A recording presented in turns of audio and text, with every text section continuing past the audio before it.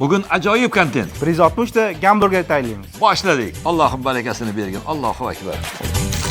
Alvon sochlaring har bir tolasi, alvon sochlaring har bir tolasi, buncha go'zal shahlo ko'zlaring